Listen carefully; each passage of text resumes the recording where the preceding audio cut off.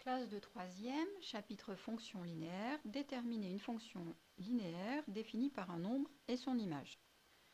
Alors il faut garder en tête, pour pouvoir résoudre ce genre de problème, il faut garder en tête le fait qu'une fonction linéaire, ça traduit une situation de proportionnalité, donc elle correspond à l'action je prends un nombre et je le multiplie toujours par le même nombre a. C'est l'action je multiplie par a, avec a un nombre fixe. Alors, ici, je vous explique la méthode sur un exemple. On a une fonction linéaire qui est définie par f de 3 égale 12. Et nous, on veut définir la fonction linéaire, cette fois-ci, par son expression ou sa formule de calcul, si vous préférez.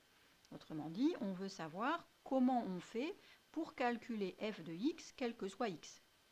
Calculer l'image d'un nombre x, quel que soit ce nombre x de départ, quelle est la formule de calcul pour y arriver.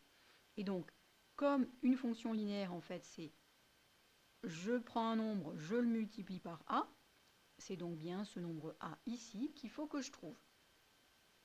Donc, je vais rédiger, chercher la réponse en insistant bien sur le fait de la forme, en fait, de cette formule de calcul. Donc, qu'est-ce que je vais commencer par dire? Je vais commencer par dire que comme f est linéaire, c'est une fonction linéaire,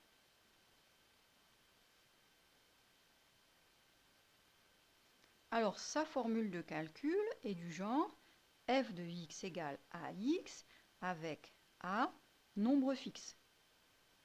Le nombre a ne bouge pas, c'est toujours le même.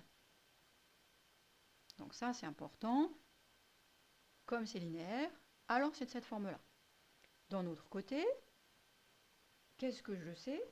Je sais en plus que le nombre, l'image de 3 par la fonction f, c'est 12. Je sais que f de x, c'est ax, f de 3 égale 12. Donc si je commence à calculer l'image de 3 dans ma formule de calcul qui est ici, je vais avoir f de 3 égale a, ça reste a, ax, c'est-à-dire a fois 3. Et je sais que f de 3, ça fait 12. Donc si je combine f de x égale ax et f de 3 égale 12, ça va me donner f de 3 égale a fois 3 égale 12. Donc je vais me retrouver avec une petite équation qui va être a fois 3 égale 12. Je veux seulement a. Donc, j'ai 3a, j'en veux que 1. Je vais diviser par 3. Un seul a, ça va être 3 fois moins que 3a. Ça paraît logique. Donc a égale 12 divisé par 3, c'est-à-dire 4. J'ai trouvé le nombre a fixe. Je peux conclure. Et je vais conclure la fonction, donc, la fonction f est définie par f de x égale 4x. La fonction f cherchée, c'est la fonction qui multiplie par 4. Voilà, c'est tout simple. Elle correspond bien à l'action je multiplie par 4. Je peux vérifier. Je prends le nombre 3, je le multiplie par 4, j'obtiens bien 12.